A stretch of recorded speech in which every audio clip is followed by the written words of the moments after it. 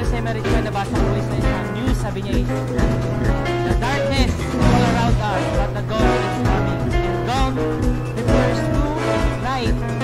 Sabi po sa Google, and light, according to the book of John, is God is light. So therefore, God is coming. Kaya naman po tumayo po tayo lahat. Mawin po tayo ng puri sa Panginoon.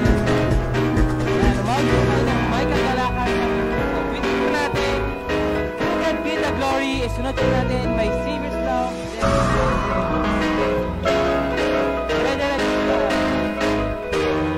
Ready now, first stanza.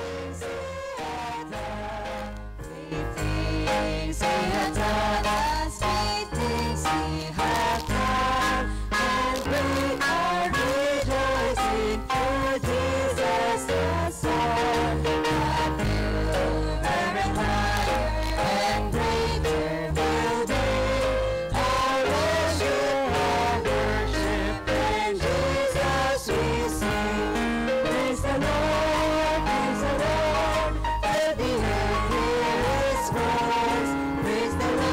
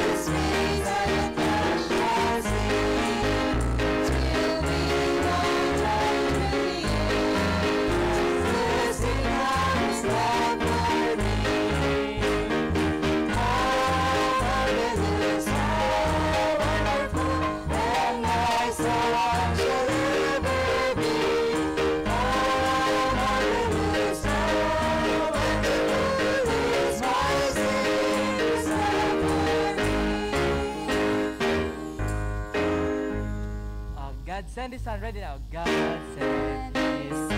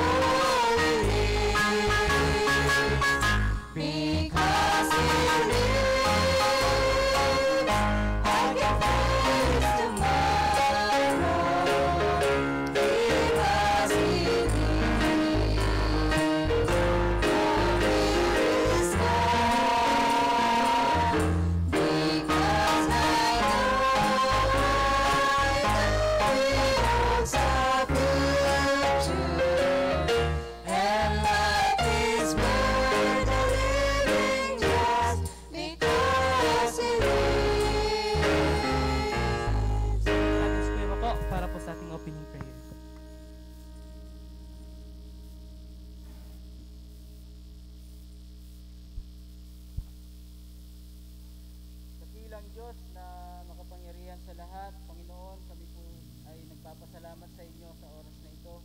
Panginoon, salamat po Panginoon sa mga kapatid po namin naririto.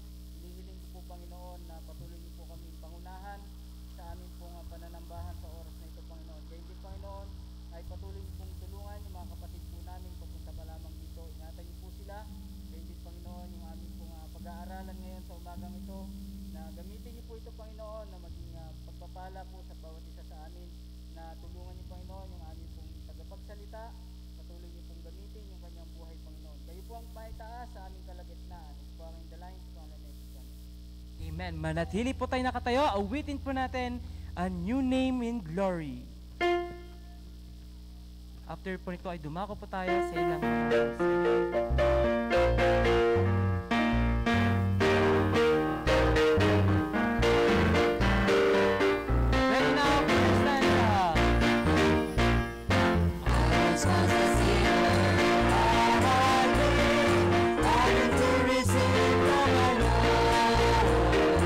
It's just really given.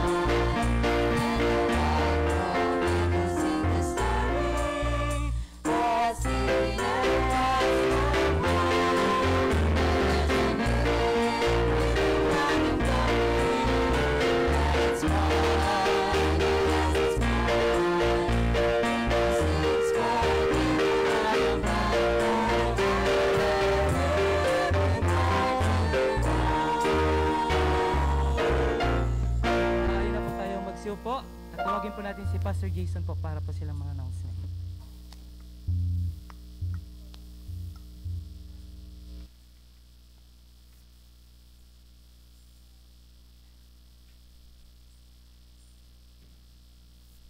Okay, good morning po sa ating lahat. Isang maulan na umaga. Alam nyo, kaninang umaga, meron akong isang talatang binasa. Sana po ay, actually, nung Wednesday pa to, pero gusto ko lang pong basahin sa Book of Ephesians, chapter 5. So, Ephesians, chapter 5. At ang sabi po ng Bible sa verse 18 and 19. Sa Ephesians chapter 5, kung may palabas natin dyan. Sa Ephesians chapter 5, verse 18 and 19, o verse 19. Ang sabi ng Bible is this: speaking to yourself in psalms and hymns and spiritual song, singing and making melody in your hearts. So verse 18, verse 19. Making melody in your hearts to the Lord. So ito pong talatang ito ay may kaugnayan po sa ating pag-awit sa Panginoon. Ang pag-awit ay hindi hudyat ng pagpapasimula ng gawain. Kung hindi, ang awit ay isang pasimula ng ating pananambahan ay magsisimula na. Amen po ba? Na kaya naman tayo umaawit sapagkat ito yung paraan natin para purihin ang Panginoon sa kanyang dakilang bagay na ginagawa sa buhay natin. Kaya ako'y naniniwala kung ang Diyos ay dakila, kaya naman nararapat na ibigay natin yung mga best songs na nanggagaling sa puso natin. Tama? Ako'y naniniwala ang awit na inawit sa puso ay nagkakaroon ng magandang kahulugan sa bawat buhay natin. At kapag ito ay nagkaroon ng magandang kahulugan sa ating lahat, iaawitin natin ito ng may kaayusan. Tama po ba? Kaya sana ihanda natin palagi ang ating sarili kapag tayo ay pinapaawit, ibigay natin yung best natin. Diba? Kasi parang parang contest yan. Kapag nakikipag-contest tayo, binibigay natin yung best natin just to get the attention or the interest of the judges. Tama? Same thing with our Lord. Kapag tayo po ay aawit sa Panginoon, we should give our best to give glory to our King and Lord and Savior. Diba? So kaya sana po, tatandaan natin yan kapag tayo maawit. Hindi lang tayo basta nagbubuka ng bibig natin. Okay? Awitin natin from our hearts para ilabas ng maayos sa ating mga bibig. But anyway, isang magandang umaga po sa ating lahat. Alam kong medyo maulan ang... ano yan? Akala ko, pakakantay na ako eh. Bagamat maulan ang umaga ngayon, ay dahil meron tayong low pressure na pumasok sa may Cagayan area, kaya medyo maulan. Pero kung papansinin ninyo, kahit maulan, ay napaka-alinsangan po ng ating panahon. Kaya naman, at least, pasalamat tayo sa Panginoon, medyo komportable tayo sa loob ng ating church. But anyway, hindi po yan hadlang para tayo ay hindi makaawit at mapapurihan ng ating Panginoon. Kaya mamaya po, para po sa ating announcement, next Sunday po ay magkakaroon tayo ng ating pong Lord's Supper at napakasarap i-announce, September na next week. Kaya makakarinig na tayo ng mga Christmas song. At hindi lamang po yan, pinag-aaralan ko po yung ating Family Day dahil po sa ngayon, meron po tayong 3 cases dito po sa lugar ng Agoo at kailangan po ng 14 days bago po tuluyang maklear. Kaya titignan po natin, hintayin natin hanggang Wednesday kung ano po yung announcement natin kung tayo po ay magkakaroon ng konting salo-salo para sa ating mga birthday celebrants. Pero ipag-pray natin na sa next Sunday ay magkaroon po tayo ng baptism. Meron na pong 1 o 2 na nagpapahayag na gusto po nilang magpabaptize. Kaya siguro mamaya ay kukunin sila ni Brother Zeno for the special lesson regarding baptism. Itong week na ito, nakatanggap tayo ng ilang text, ilang mga message na meron tayong mga kapatid na gusto magpabaptize. So ang baptism po natin, sinisikap natin gawin ito every month kung meron pong magpapabaptize as possible. Kaya pag-pray natin na hindi yung pandemic ang pipigil sa atin para hindi po tayo makapaglingkod sa Panginoon. Amen po ba? Hindi pandemic ang magiging hadlang para po hindi tayo mag-grow in number and even in our spiritual. Kaya sana po patuloy nating ipanalangin ang mga bagay na yan. Of course, every Wednesday, meron po tayong prayer meeting at napakaganda po nung ating pinag-aaralan sa prayer meeting. Meron tayong topic regarding, hindi natin natapos yung ating topic regarding Satan's dominion. Ano ba yung sakop ni Satan? Nandun pa lang tayo sa dalawang subpoint. In general, ang topic po natin tuwing Wednesday is all about the armor of God. Kung kayo ay hindi makarating sa church natin on Wednesday, ay hinihiling po natin na samahan nyo po kami sa Facebook Live.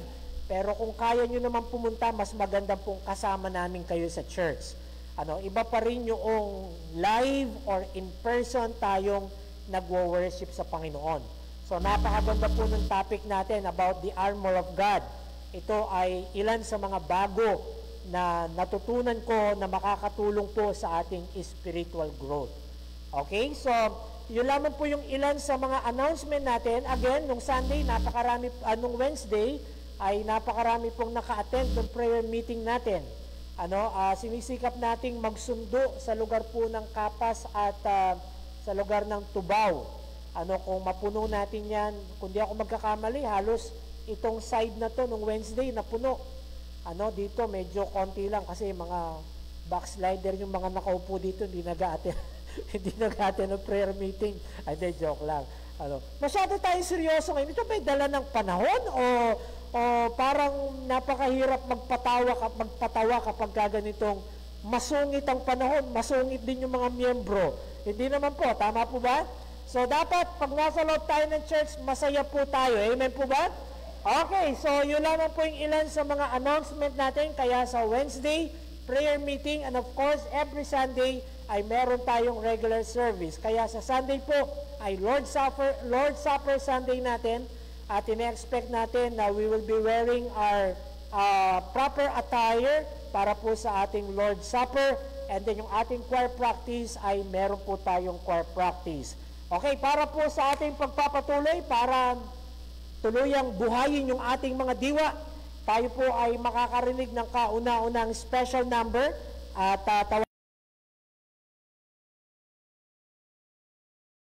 si Selita.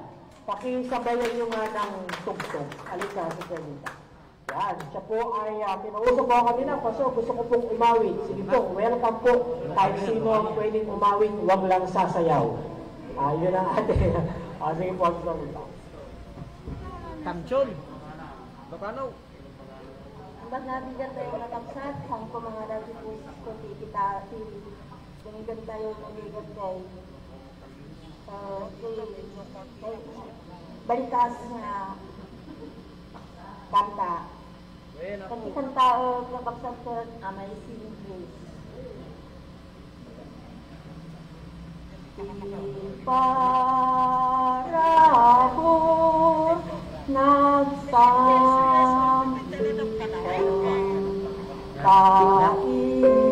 kainsala Panginoon, ibinubuwan ang masarap ang mga raso kita na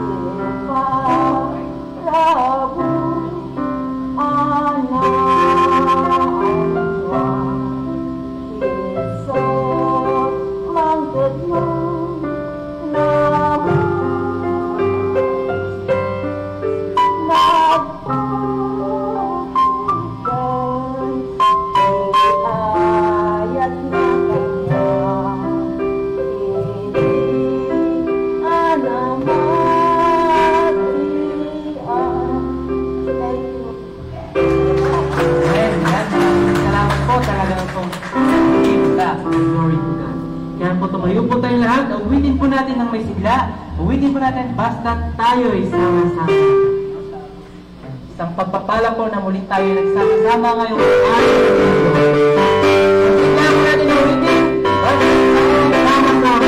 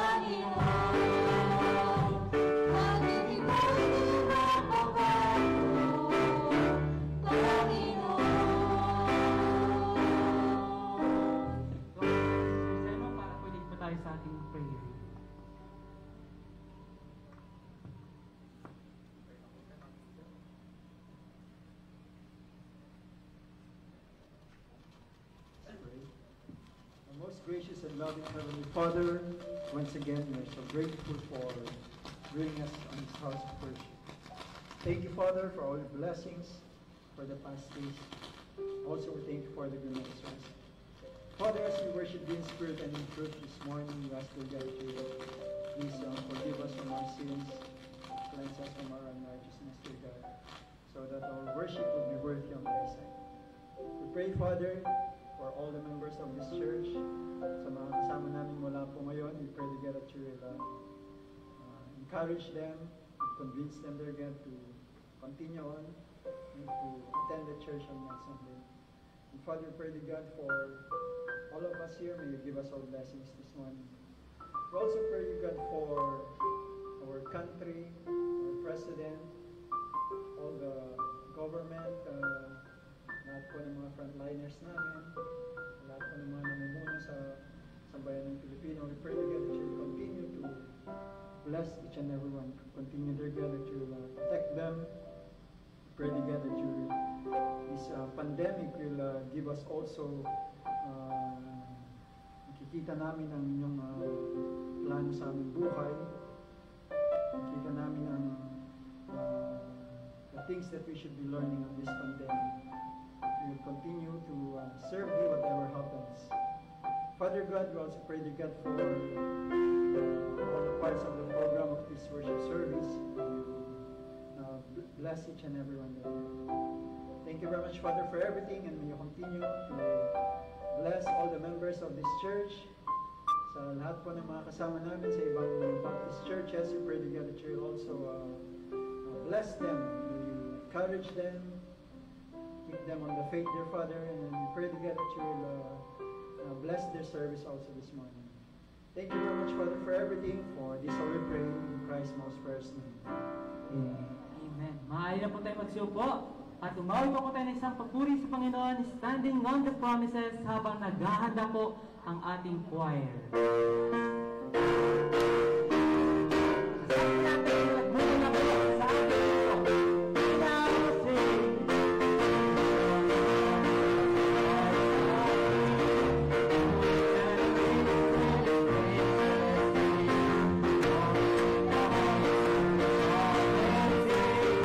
Standing on the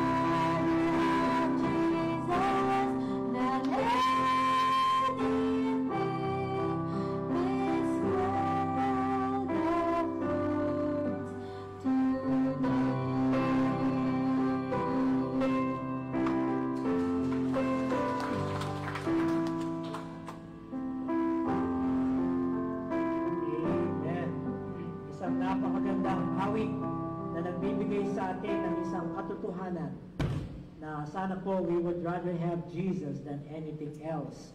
Nahangarin natin ang Panginoon kaysa sa ibang mga bagay. Sapagkat alam naman natin kapag ikaw ay nasa Panginoon, ang lahat ng mga bagay ay kumpleto na. Sapagkat si Jesus ang kumukumpleto ng lahat ng mga bagay. So salamat Krisha, at ngayon ay kaarawan din ni Krisha. Kaya siya ay napakabilis ng panahon. Meron na kaming anak na 27 years old. Ilan taon ka na? 21. Akala ko 27. Kaya nagtaka ako, parang ang tanda na namin ni Mami. Mukha na kasi 27 yung pangade, joke lang. So, salamat sa Panginoon at kami ay natutuwa na yung aming mga anak ay nakikita namin naglilingkod sa Panginoon. Kaya kung kayo ay may oras mamaya, ay inibita namin kayo na dumaan sa Jollibee, mga 3 o'clock, para po sa birthday ni Krisha. So, dadaan lang naman kayo. Kahit ilan po kayo, welcome kayo. Basta dumaan lang kayo. Libre naman po yung pagdaan. Tapos kaway kay Jollibee, nakipag-celebrate na kayo sa birthday ni Krisha. Alam niyo, isang bagay ang natutunan ko itong quarantine sa mga nag-birthday. Binibigyan tayo ng importansya to be with our family. Di ba, mostly kapag birthday, talagang pagod kang nagluto, pagod kang naganda, nag-imbita ka, tapos pag uwi ng mga inimbita mo, may napuna pa sila doon sa luto, na maalat, matabang, na kulang, hindi masarap, di ba? Napasin niyo ba yun? Pero at least kapag family lang, di ba, napakasarap na kayo lang. Sabi ko nga sa aking mga anak, okay, mamaya, birthday ni Krisha, wala tayong gagawin, lahat tayo maglulublob sa swimming pool. At meron nagpo-protesta yung aking biyanan, sabi ko, I don't care, basta kailangan kayong nakalublob sa swimming pool. Yung hindi maglulublob, bubuhusan namin ng tubig. So yun yung aming program mamaya, doon lang kami sa swimming pool. Doon lang kami, kasi may upuan yung swimming pool paikot. So uupo lang kami doon, magkukwentuhan lang kami habang umuulan, magbababad kami sa swimming pool. Tapos lulutang yung aming mga kakainin nakalagay sa planggana, paikot. Na-imagine nyo ba yung gagawin namin mamaya? Di ba? Ang ganda, di ba? Pero exclusively for family only. Kaya kung gusto nyo, gawin nyo rin sa bahay nyo, maglublob kayo. Maglublob kayo. Okay, excited ba tayo ngayong umagang ito? Alam nyo, isa sa pinakamahirap gawin ay yung tatayo ka sa harapan at hindi mo alam kung excited yung mga nakikinig o hindi. Yun ang pinakamahirap gawin. Lalo na ngayon, yung ating mga face mask ay nakakaalangan. Hindi ko alam kung nakangiti kayo or nakasimangot kayo or ano ang reaction ninyo. Kaya sana po ay sanayin natin yung sarili natin na tayo ay masaya pag tayo ay nasa loob ng church, sapagkat dadamahin uli natin ang presensya ng Panginoon. Amen po ba? Amen po ba? Kaya kung kayo po ay may mga Biblia, kayo po ay hihikayat ko na buksan natin ang ating mga talata. Dito po sa 2 Kings chapter 5, isang kwento na napakaraming kahulugan, isang kasaysayan na maraming ibig sabihin. Kaya buksan natin at tayo ay magsitindig bilang pagbibigay galang po sa pagbasa sa salita ng Panginoon. Kaninang ginagawa ko itong aking message o itong message na ito, actually, matagal na pong nakaprepare o matagal na pong naka-schedule ang message na ito. Kung babalikan ninyo, ito ay isa sa mga naging devotion natin sa ating family altar. At pinaliwanag ko sa aking mga anak kung paano ang ibig sabihin nito. Actually, sabi ng aking mga anak, Daddy, yung ating devotion parang Sunday morning na rin Yung preaching, yung sharing time, talagang napakalawak ng aming pinag-aaralan. Diba? So parang sharing time din kasi may maingay, may nakikinig, may natutulog doon sa aming devotion. Para kaya sabi ng aking mga anak, Daddy, parang parang Sunday morning din. Okay, so medyo mahaba po yung talata na babasahin natin. Kaya gusto ko pong basahin at sundan ninyo sa inyong paningin dahil para po mas mabasa natin ng maayos. Sa 2 Kings chapter 5 verses 1 hanggang 14. Ganito po ang pagkasabi ng Bible. Now Naaman, captain of the host of the king of Syria, was a great man with his master, and an honorable, because by him the Lord had given deliverance unto Syria. He was also a mighty man in valor, but he was a leper. Okay, may bulutong, may ketong siya. And the Syrians had gone out by companies and had brought away captives out of the land of Israel, a little maid, and she waited on Naaman's wife. And she said unto her mistress, Would God my Lord were with the prophet that is in Samaria, for he would recover him of his leprosy. And one went in and told his Lord, saying, Thus said the maid that is of the land of Israel.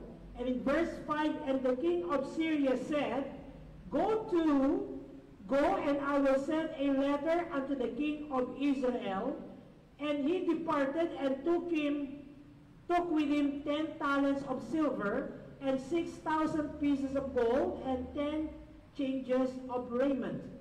And he brought the letter to the king of Israel, saying, Now when this letter is come unto thee, behold, I have therewith sent Naaman, my servant, to thee, that thou mayest recover him of his leprosy.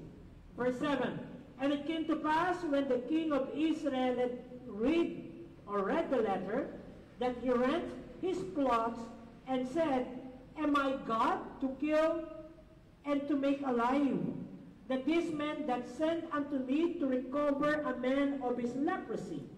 Wherefore consider, I pray you, and see how he seeketh a quarrel against me.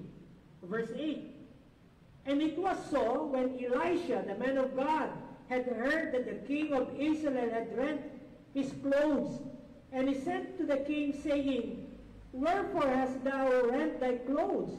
Let him come now to me, and he shall know that there is a prophet in Israel.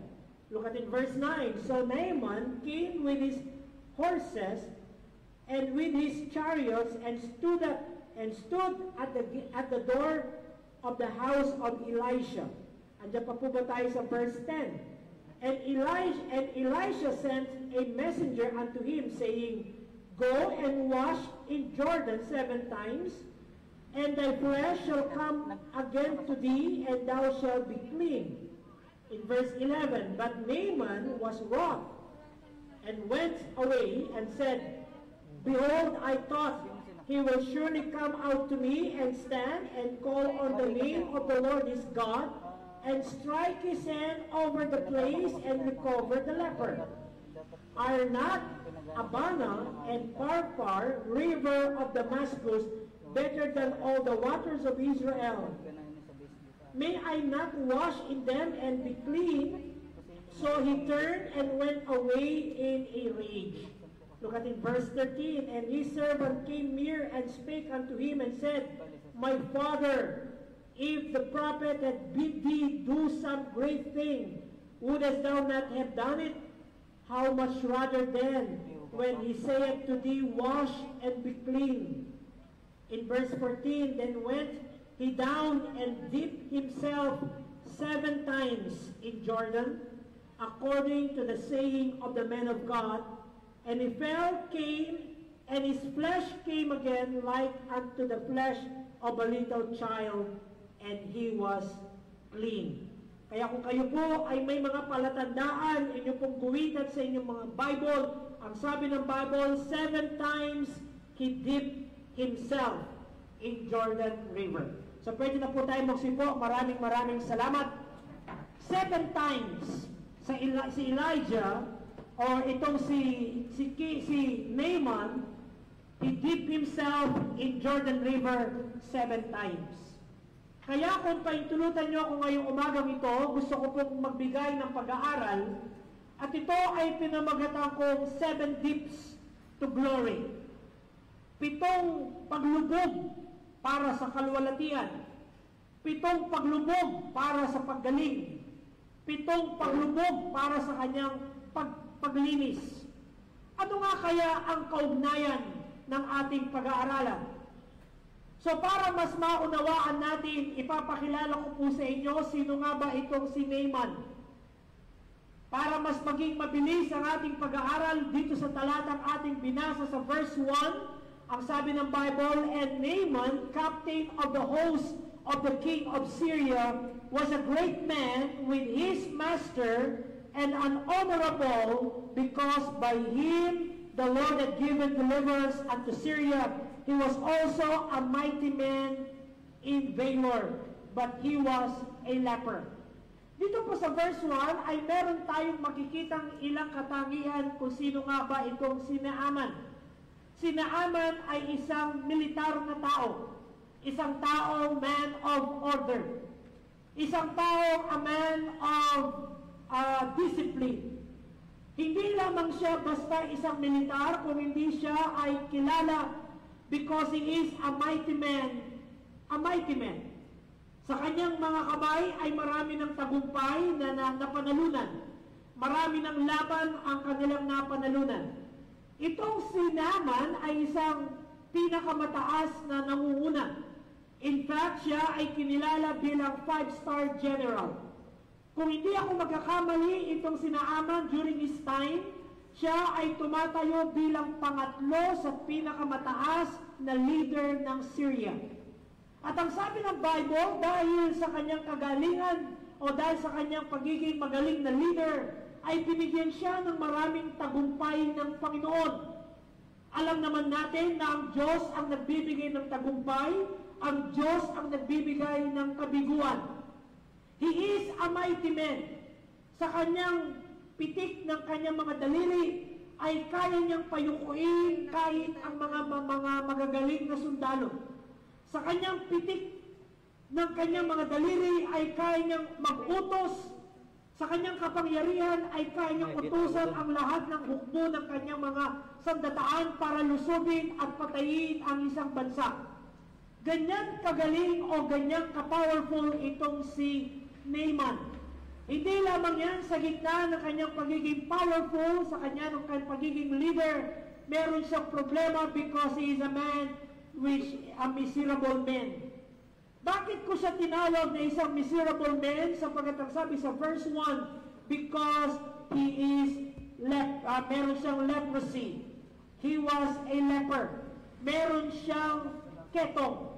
Alam naman natin, ang panahon na yan, nung unang panahon na ang ketong ay isang sakit na walang lunas. Kapag ka ikaw ay nagkaroon ng ketong, ikaw ay isang castaway. Ikaw ay nasa isang tabi lang. Kapag ka ikaw ay may ketong, ang lahat ng mga tao, ikaw ay iniiwasan. Ikaw ay nilalayuan. Kapag ka ikaw ay may ketong, balitado sa maraming mga lugar na ang iyong sakit ay isang sakit na nakamamatay at unti-unti kang pinapatay. Kung titignan natin sa ating mga panahon, ang kalalagayan nitong si Naaman ay parang kalalagayan ng ating mga kaibigan, mga kababayan at mga kasama sa buhay, mga mahal sa buhay, na dinapuan din ng sakit na coronavirus. Kung ano ang pakiramdam ng taong may coronavirus, ganun din ang pakiramdam ng taong may ketong.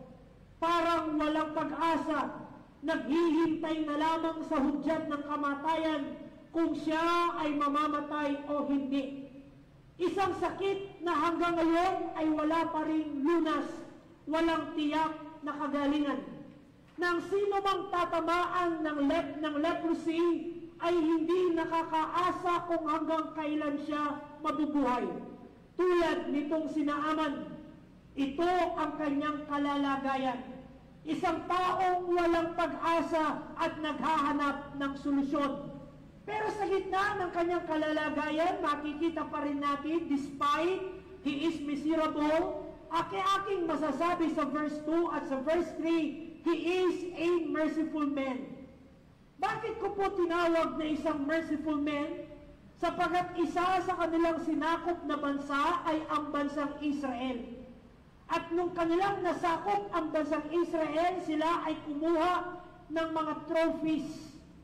At ang mga trophies na ito ay sa larangan ng kayamanan, larangan ng pera o dili kaya ay larangan ng mga tao na kukunin nila upang gawing alipin. Merong isang batang paslit, isang babae na nakita ni Naaman na marahil ang kanyang mga magulang ay napatay sa digmaan.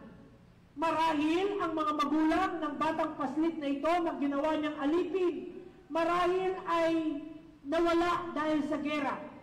At nung makita ni Naaman ang kalunos-lunos na kalalagayan ng bata, hindi siya nagtagubilin kunin ito at dalhin sa kanyang tahanan at nagsilbing bilang kasambahay sa bahay ni Naaman.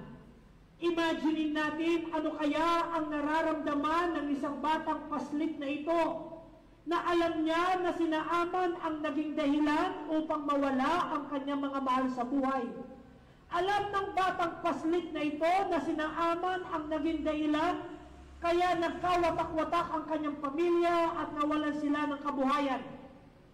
Marahil bilang isang tao, alam natin ang nararamdaman at maaari nating i-describe sa ating sarili kung ano ang nararamdaman ng batang ito. Pero kabaligtaran sa mga bagay na iniisip natin ang naging ugali ng batang ito. Sapagkat ang sabi ng Bible, nakita ng batang paslit na ito o ng dalagitang ito ang nararanasan ni Naaman. Ano ba ang nararanasan ni Naaman sa verse 3, verse 4 and 5? Si Naaman ay nababalot ng lungkot. Napagamat na sa kanya ang lahat ng kayamanan, nababalot siya ng lungkot. Walang taong lumalapit sa kanya na kahit ang kanyang mga mahal sa buhay ay hindi lumalapit sa kanya sa pangamba na baka sila ay mahawa sa kanyang sakit. Pero pansinin po natin ang naging reaksyon ng batang paslit na ito. Naglakas loob siyang lumapit kay Naaman at ang sabi niya, "Aking amang Naaman."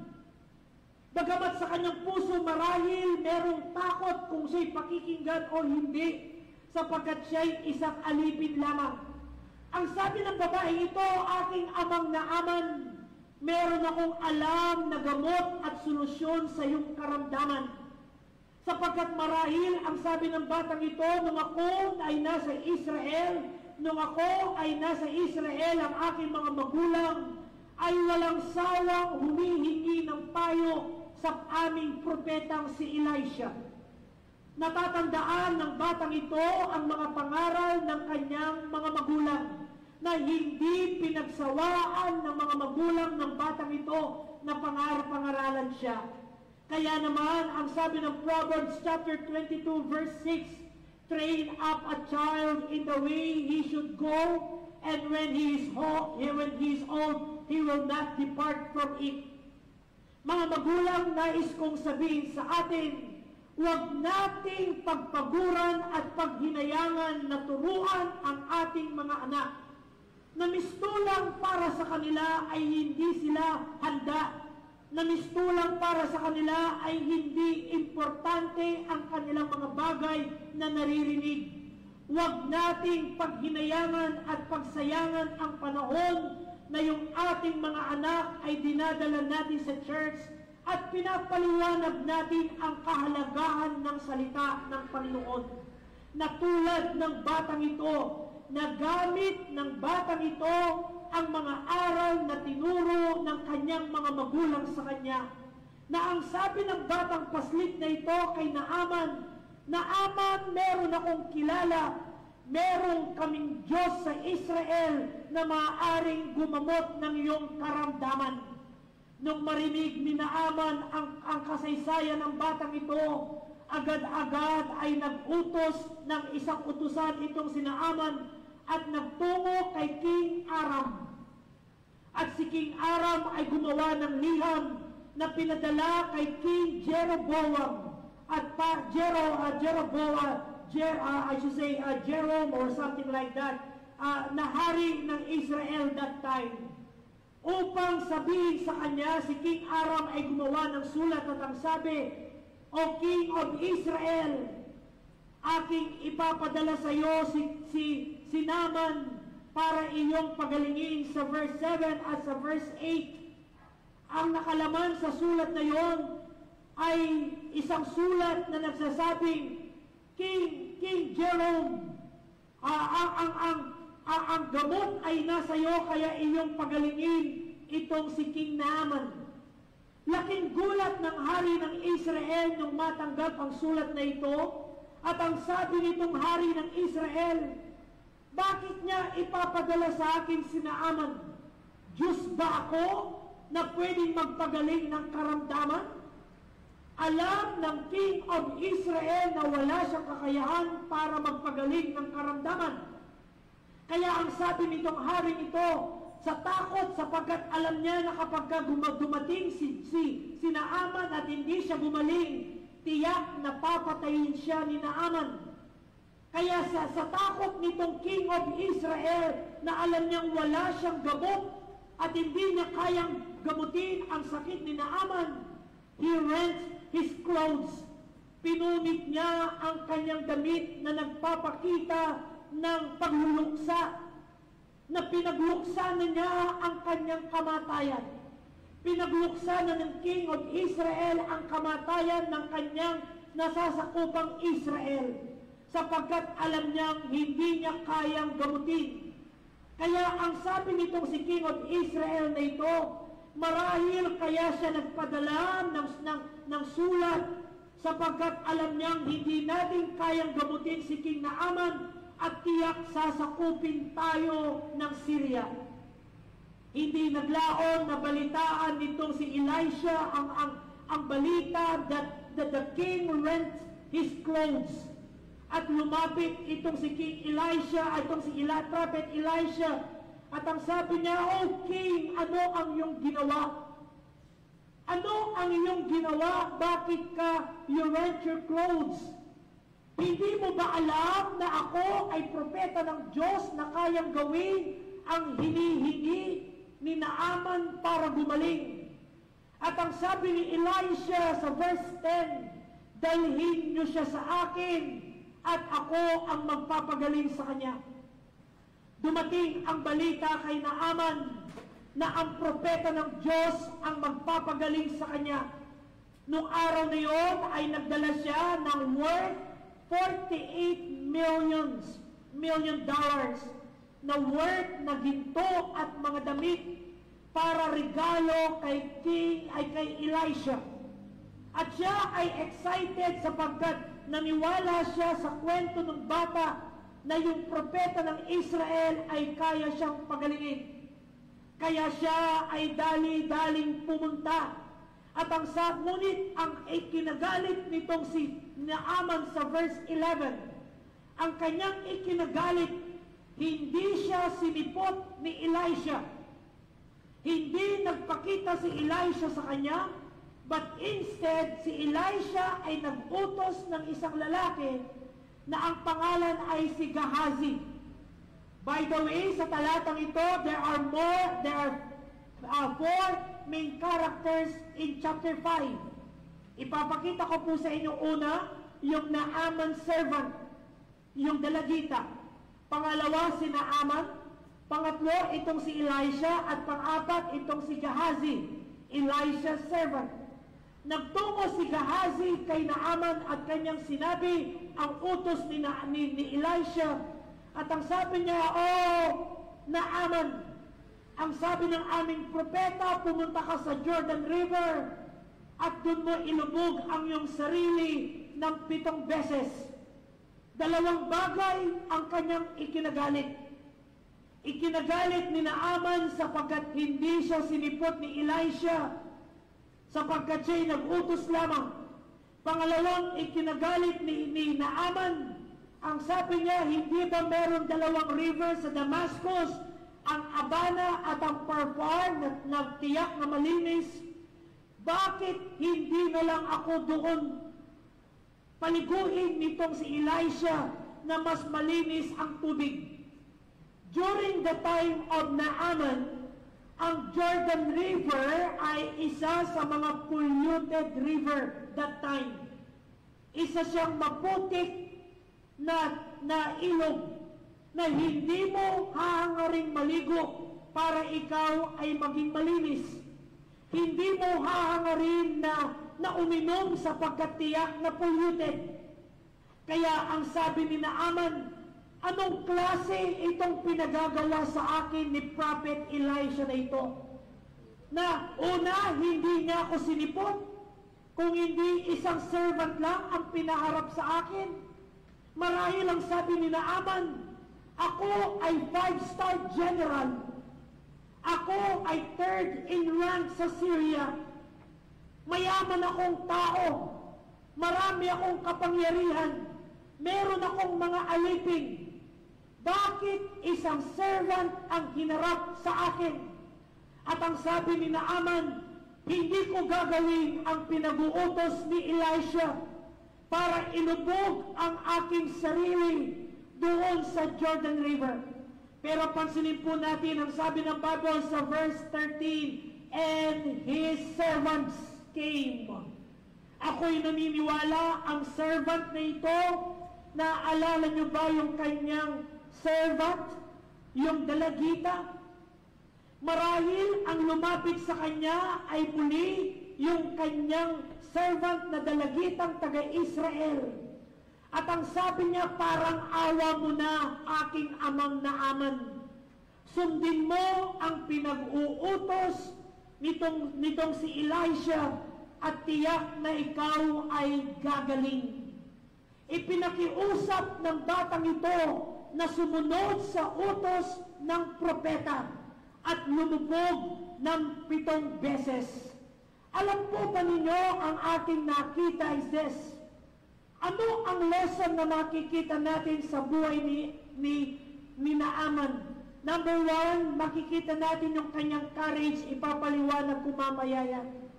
Ipapakita ko sa atin yung kanyang confession. At pangatlo, makikita natin, he is a changed man. Ito ang lesson na makikita natin sa kanyang buhay.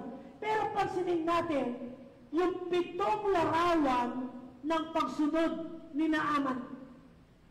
Ano ang larawan, ano ang pinipicture ng pagsunod ni Naaman? Nung siya ay pinakiusapan ng batang paslit na ito na lumubog, ito marahil ang nasa isipan niya. Tinanggal ni Naaman ang kanyang damit. Marahil nandidiri natatakot na baka ma-infeksyon sapagkat ang ketong ay isang sugat na hindi gumagaling. Isang laman na isang bakterya o isang uri ng sakit na kinakain ang iyong kalamnan. Na ikaw ay merong open wounds. Na marahil nung makita ni Naaman ang putik o ang tubig na kanyang pupuntahan ay merong pagdadalawang isip. Pero ganun pa man siya'y sumunod. Sapagat nung unang pagkakataon na inilubog niya ang kanyang sarili sa tubig, he dipped himself in shame. Inilubog niya ang kanyang sarili ng may kahihiyan. Kahihiyan sapagkat ang mga libu-libong sundalo na nakapaligid sa kanya, ang mga taong rumirespeto sa kanya, ang mga taong nakakakilala sa kanya, nakita kung paanong sumunod si Naaman.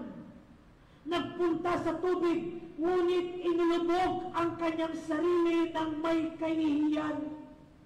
At ang paglubog na ito ay hindi lamang hanggang leeg, kung hindi ang utos sa kanya ay inubog ang kanyang buong pagkatao.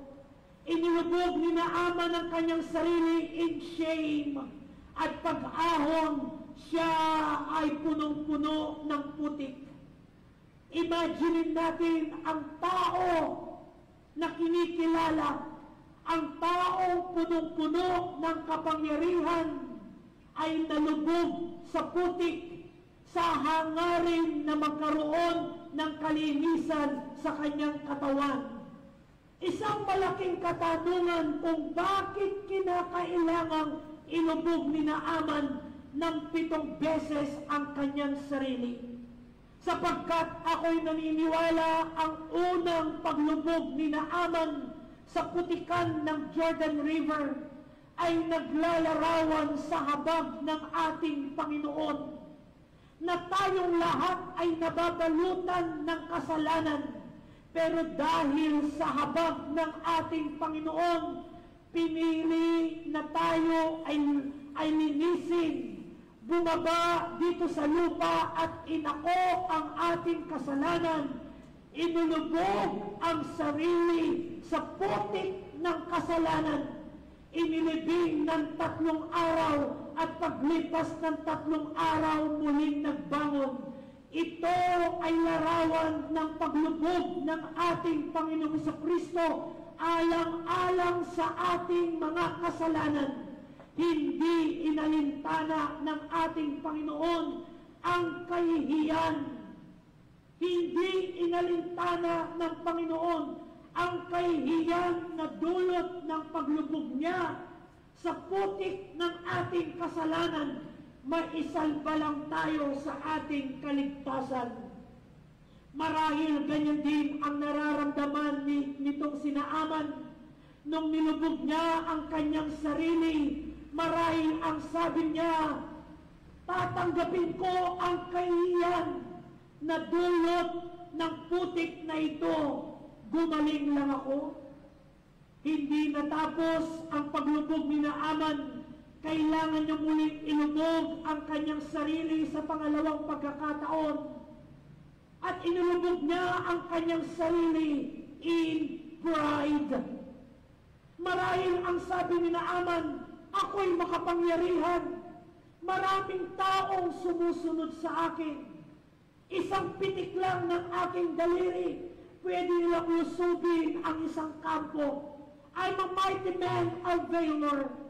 Pero alam po ba ninyo, muli siyang pinalubog nitong si Prophet Elisha, sapagkat ang kanyang paglubog ay paglubog ng kanyang pride. Na parang sinasabi ng Bible, na ang sabi ng Book of Proverbs, pride goeth before destruction. Ang ating pride ay kailangan nating ilubog sa putik ng Jordan River, na tulad nitong si Naaman, para siya ay magkaroon ng kagalingan, para siya ay maging malinis, kailangan niyang ilubog ang kanyang sarili ng pangalawang beses. He dipped himself in pride. Inilubog niya ang kanyang sarili sa pride. At hindi natapos ang kanyang paglubog. Muli siyang tumayo, sapagkat muli niyang inulubog ang kanyang sarili. And I believe sa pangatlong pagkakataon na nilubog niya ang kanyang sarili, he dipped himself in anger. Marahil siya ay galit na.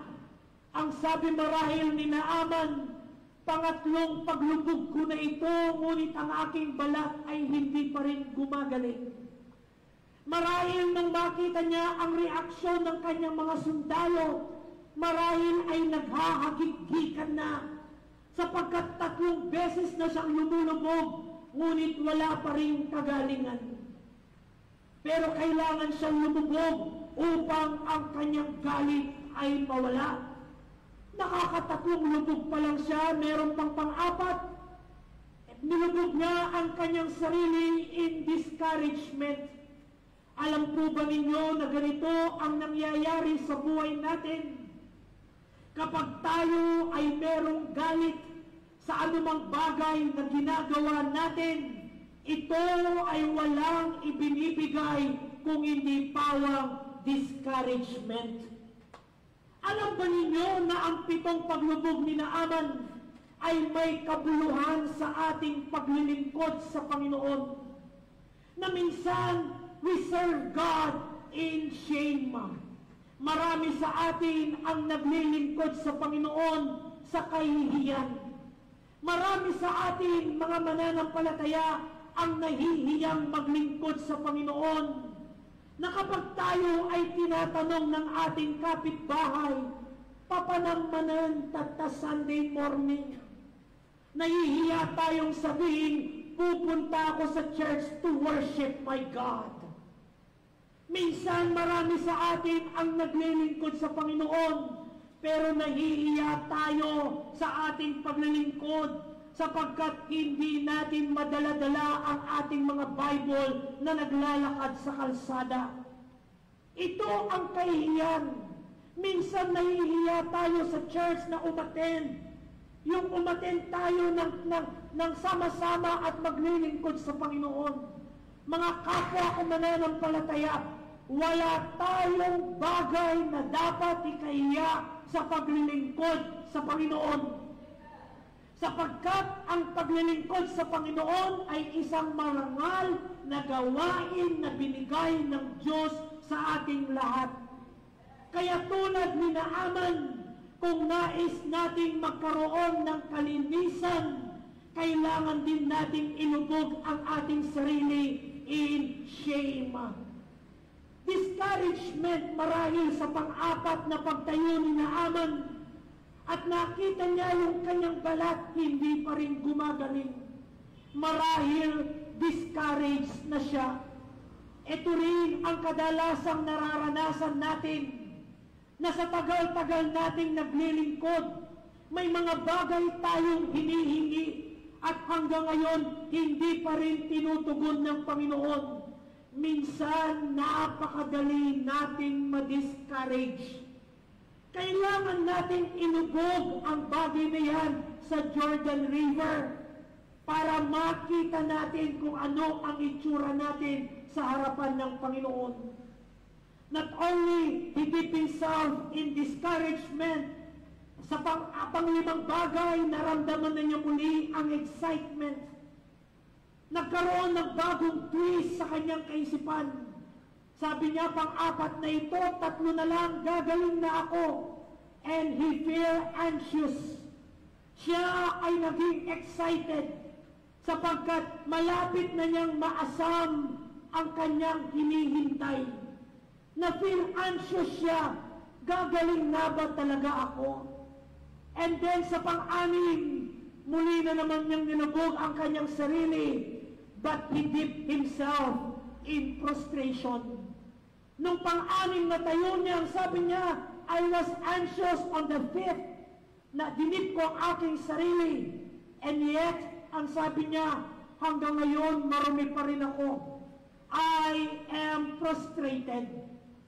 Marahil sa pang-anim at sa pang-7, wala na siyang gana. Kaya ang kanyang ginawa, in 7 times he dipped himself. He was hopeless. He dipped himself in hopelessness. Dinip niya ang kanyang sarili as a hopeless person.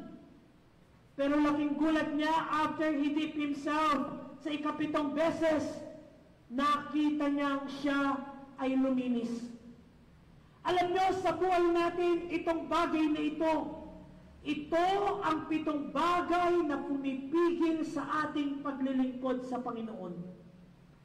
Ito ang 7 bagay na naglalayo sa atin sa ating relasyon sa Panginoon, na kung gusto nating maging malinis ang ating buhay, kung gusto nating maging kaaya-aya tayo sa harapan ng Panginoon, you must dip yourself in pride.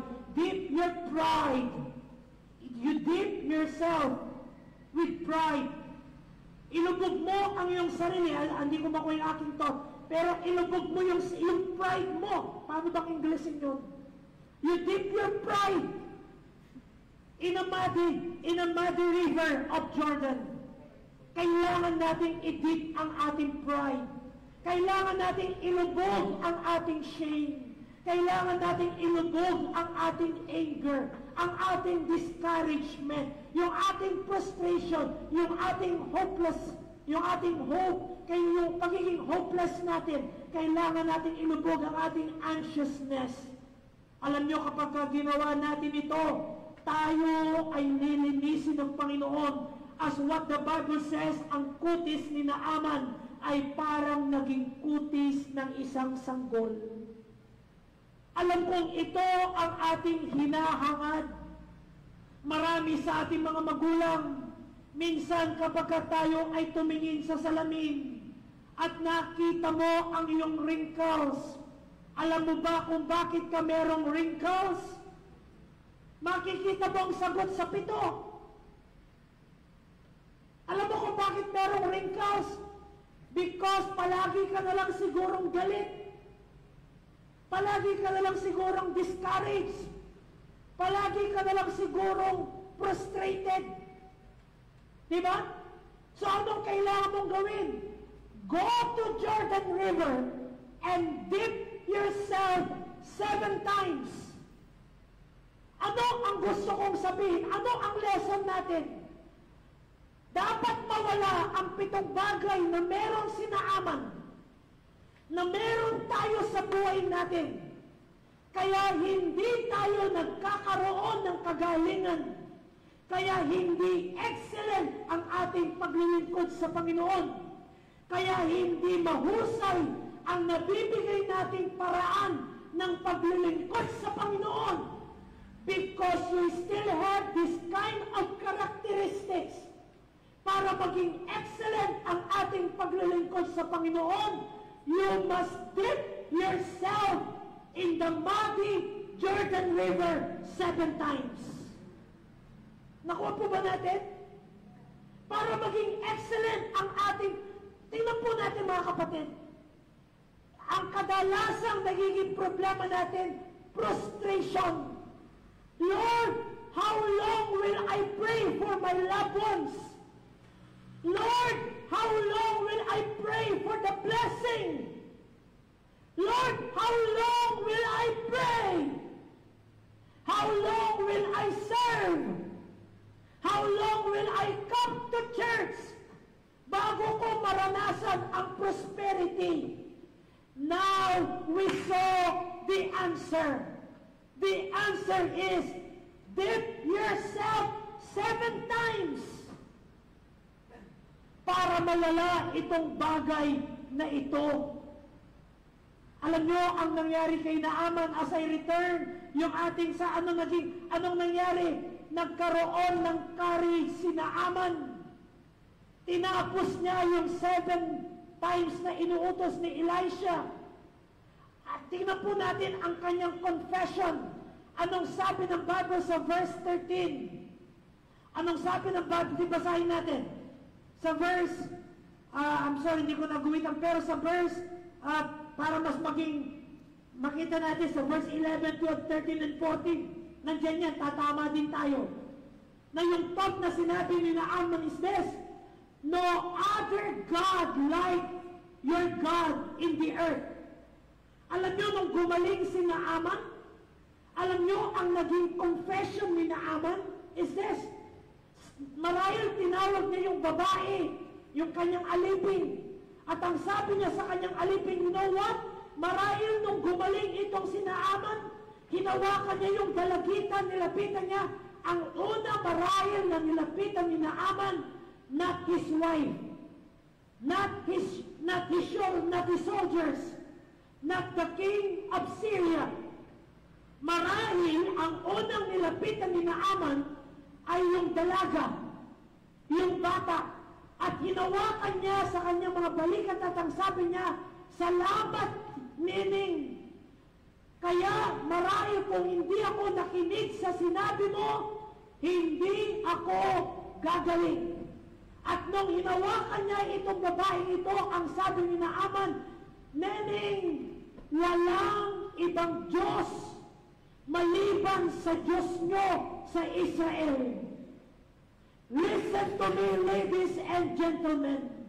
Kapag inalis natin ang 7 bagay nito sa buhay natin, maraming tao ang lalapit sa atin at sasabihin nila, walang ibang Diyos dito sa mundo na kagaya ng Diyos ninyo.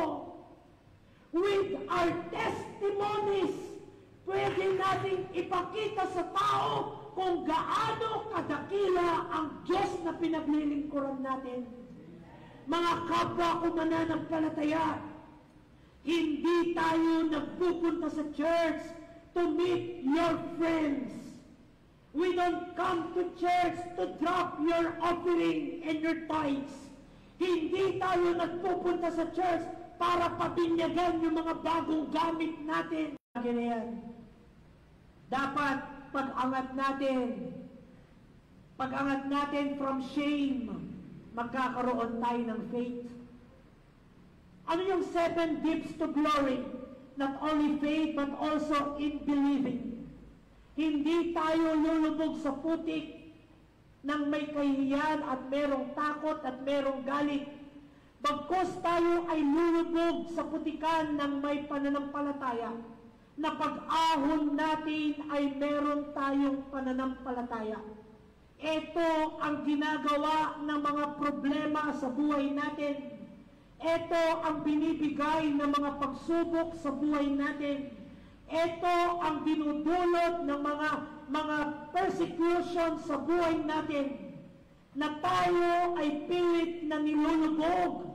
Pero tatandaan natin, mailubog man tayo ng problema, pero tayo ay aahon pa rin ng may pananampalataya. Huwag nating hayaan na tuluyan tayong ilubog ng mga problema na yan, kung hindi sikapin nating umahon ng may pananampalataya. Nakita ko yung aking mga anak, kung paano silang nagsuswimming, lalo na yung bunso namin. Doon sa swimming pool, lagi ko silang pinagmamasdan na yung aming swimming pool ay merong lalim na 4 feet. Sabi ng aking mga anak, Daddy, ang babaw naman 4 feet. Ang sabi sa kanila, anak, ginawa ko yung swimming pool, hindi para sa inyo, kung hindi para sa akin. Para pag naligo ako, hindi ako malulunod. Pero nakita ko yung aking bunso kapag siya'y lumubog, nag-dive.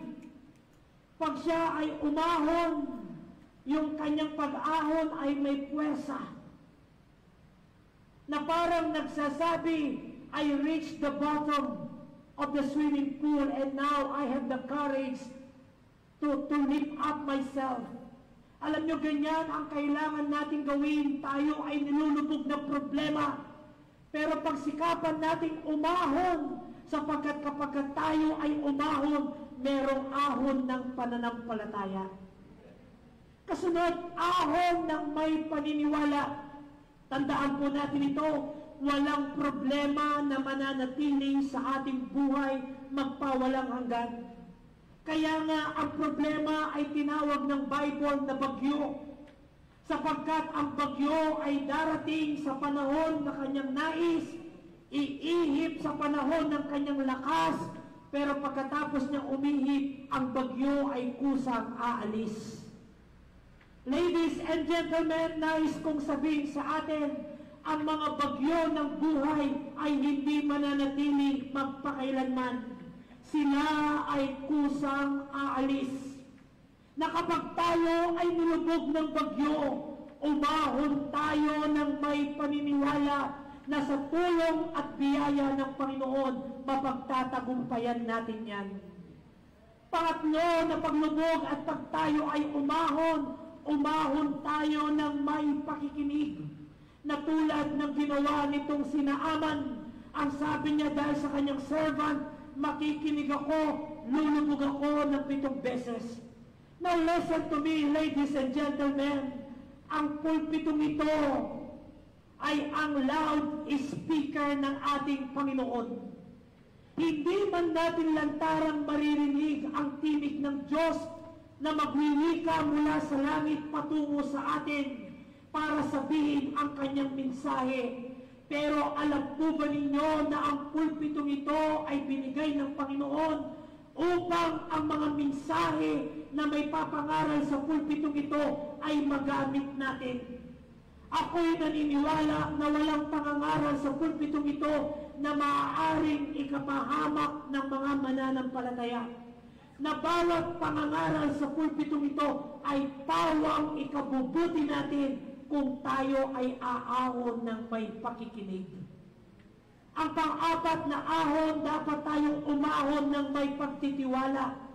Pagtitiwala na kapag tayo ay umahon sa putik ng suliranin, sa putik ng persecution, sa putik ng discouragement, may pagtitiwala na may kamay ang Diyos na mag-aahon sa atin.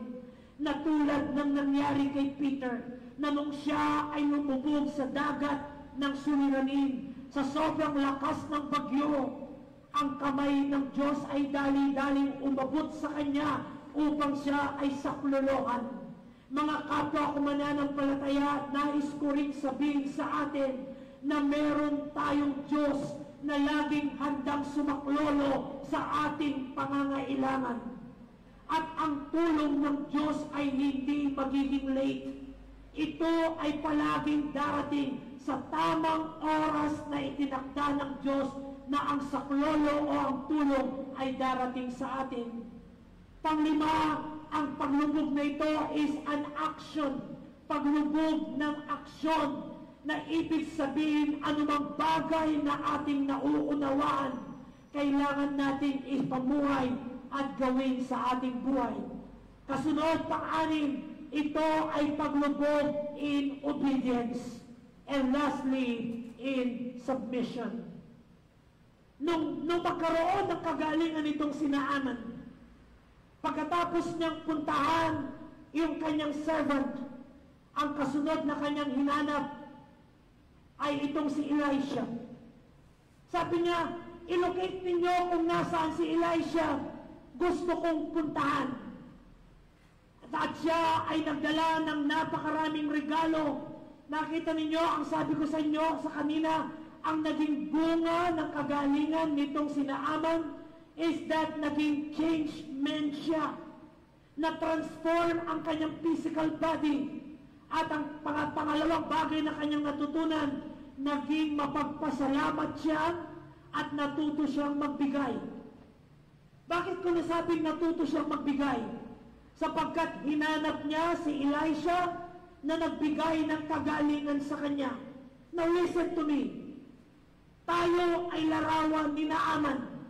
Nagkaroon ng kagalingan, nagkaroon ng paglago, nagkaroon ng kaliwanagan dahil sa mga mangangaral na nagturo sa atin. Now listen to me. Ano ba ang mensahe ni Naaman at nitong si Elisha?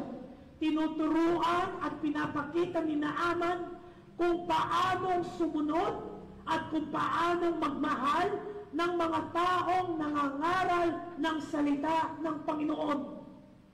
Ang unang tao na ginawan ng generosity ni Naaman ay walang iba kung hindi si Elisha. Si Elisha na nagbigay ng kagalingan. Now listen to me, mga kapwa ko mananampalataya. Ito ay larawan ng ating mga kapastoran. Na yung ating mga kapastoran ang nangangaral ng salita ng Diyos upang tayo ay lumago sa pananampalataya. Ang mga kapastoran ang nangangaral upang tayo ay lumago sa ating pananampalataya. At ang tinuturo ni Naaman, hindi ko sinasabi ito sapagkat ako ang pastor, pero nais kong sabihin na ang mga pastor ang kauna-unahan na kailangang makaramdam ng ating generosity. Amen po ba? Na tulad ng sinabi ng Bible sa New Testament, na ang mga lingkod ng Diyos, they deserve double honor. Na ang mga lingkod ng Panginoon, kinakailangan mapakitaan natin sila ng generosity. Now again, hindi ko sinasabi ito dahil ako ang pastor. Kung hindi ito ang nararapat na kailangan natin gawin.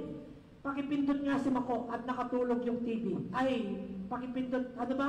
Nalilito na ako. Ano ba yung sasabihin ko? Okay, si Mako bang nakatulog o yung TV? Tingnan po natin ang nangyari. Naging generous itong si Naaman. Ano ang kanyang ginawa? Pinuntahan niya si Elisha. Nagdala siya ng sangkaterbang regalo. Pero alam niyo ang nangyari? Hindi muli siyang hinarap ni Elisha. At ang sabi ni Elisha, inutusan niya si Gehazi. Sabi ni Elisha, Gehazi, sabi mo kay Naaman, hindi ko kailangan ng kanyang regalo. Hindi ko kailangan ng kanyang appreciation. Sapat na siya ay gumaling. Kaya nung marinig ni Naaman nyo, listen to me, nais ko rin pong sabihin sa atin is this, hindi ko kailangan ang regalo ninyo. Well, medyo pangit yung dating. Okay? Ang mga lingkod ng Diyos ay hindi nakatingin sa mga material na bagay. You know what matters most?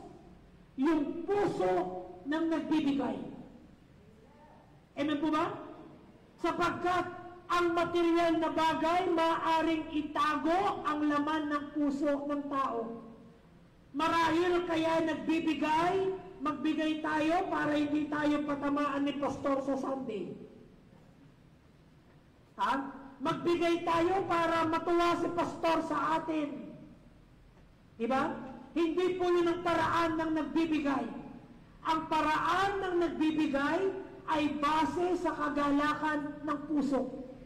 Kapag ikaw ay nagagalak, kapag ang puso mo ay nagagalak sa mga pagpapala na iyong naririnig at natatanggap dahil sa pangangaral ng salita ng Diyos, hindi masama na magbigay ng regalo sa mga mangangaral ng Panginoon.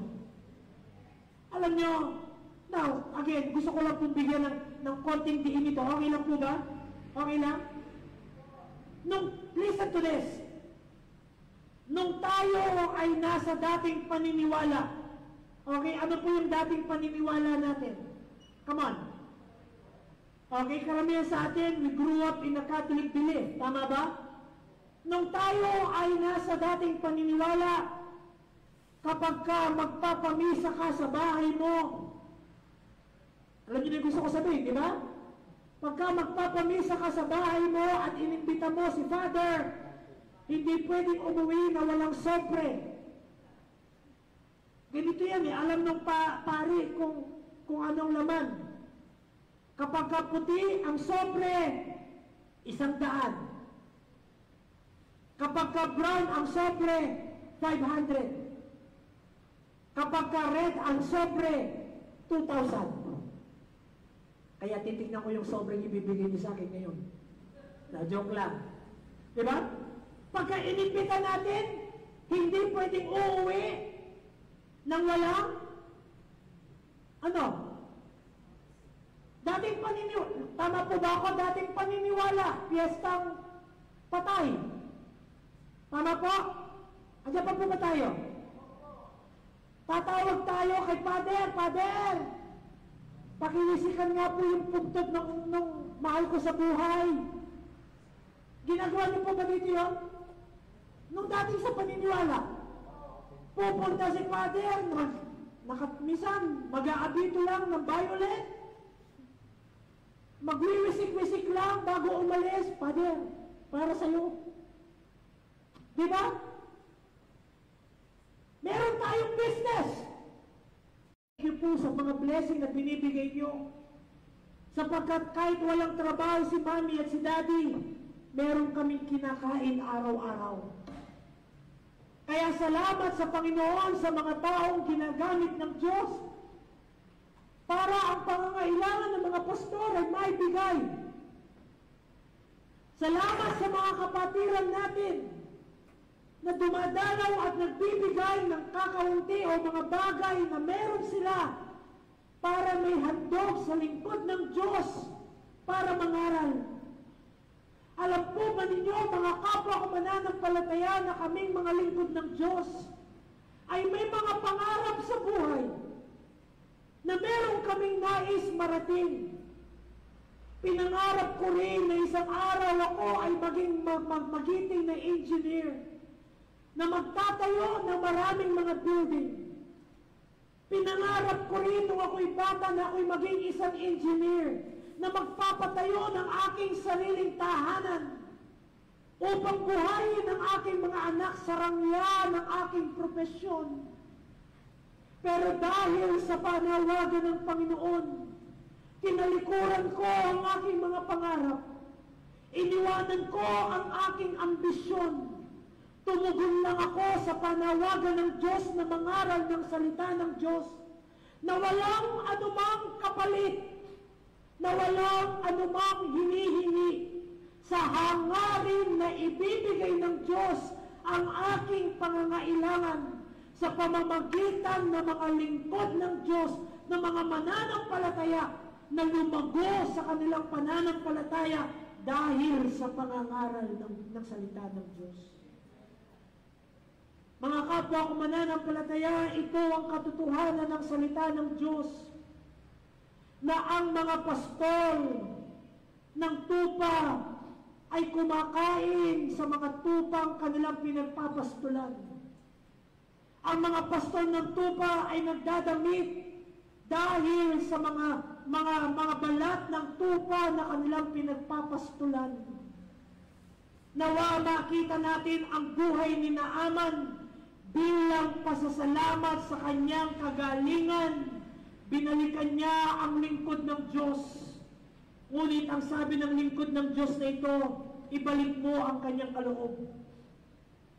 Listen to this, nung makita ni Gehazi, yung limpak-limpak na regalo, nagkaroon ng secret agenda itong si Gehazi sa uling talata ng Biblia. Ano po yung kanyang secret? Sabi niya, Naaman, ayaw kang harapin ni Elisha. Pero sabi niya, yung regalo daw na ibibigay mo sa kanya, ibigay mo na lang sa akin. Ang galing ni Naaman, parang taga-abuo. Di ba? Ang sabi ni Gehazi, busy si Elisha, pero ang bilin niya sa akin, ibigay mo na lang sa akin yung blessing na ibibigay mo sa kanya. Ano yung unang lesson na nakita ko? His lack of trust caused him to be greedy. Itong si Gehazi, sabi niya, sayang, tinanggihan ni Elisha yung limpak-limpak na pera. Anong nangyari? Kung gagayahin ko si Elisha, baka mamatay din ako sa gutom na kagaya ni Elisha. Anong ginawa ni Gehazi? Naging greedy siya. Naging greedy siya to chase for the treasure he don't deserve. Listen to me, ladies and gentlemen.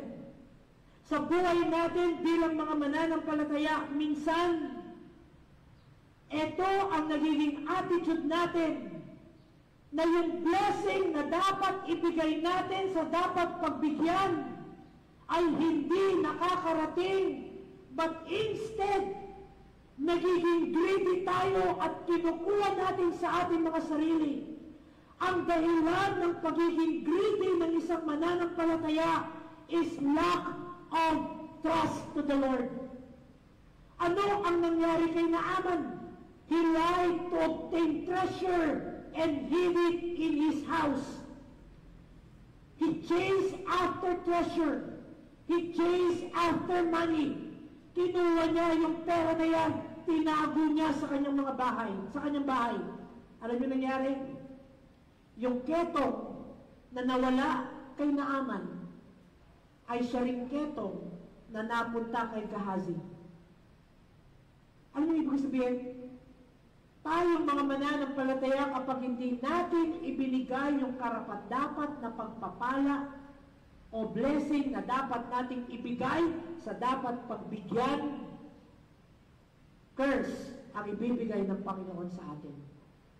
As my conclusion is this, hindi natin palalawigin yan na madalas natin inuulit, na kapag hindi natin binigay yung ating dapat ibigay sa Panginoon, curse ang darating sa atin, as what the Bible says in Malachi chapter 3.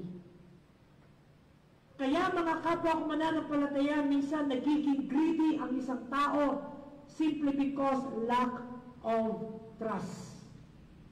Kung meron tayong labis na pagtitiwala sa Panginoon, hindi tayo magiging greedy. Kaya nga ang my conclusion is this: there is blessing to those who obey without hesitation. Folks, ladies and gentlemen, when God said, dip yourself 7 times, dip yourself 7 times. Pag sinabi ng Diyos, you go to church every assembly, You go to church every assembly. Pag sinabi ng Diyos, you give your tithes to the Lord, let us give our tithes to the Lord. Pag sinabi ng Bible, let us pray for our pastor, let us pray for our pastor. Pag sinabi ng Bible, let us have unity, let us show our unity. Yan ang message ni Naaman. Because I believe there is blessing to those who obey without hesitation. My question is this: who are you chasing for? Sino ang ating hinahabol? Sino ang ating hinahabol? Hinahabol ba natin ang blessing ng Panginoon? O hinahabol natin ang bagay na para sa ating sarili? Folks, ladies and gentlemen, I would say, in just a simple snap of God, everything you have ay maaaring mawala. Kung hindi tayo susunod ng tama sa Diyos. So we all rise up. So we all stand. As Brother Josh come to the piano, we heard the message. A simple message that God commanded Naaman to dip himself 7 times. Folks, ladies and gentlemen, to be excellent in our service, we must dip ourselves in the mud and let us dip our shame in the mud of Jordan River. Let us dip our pride in the mud of Jordan River.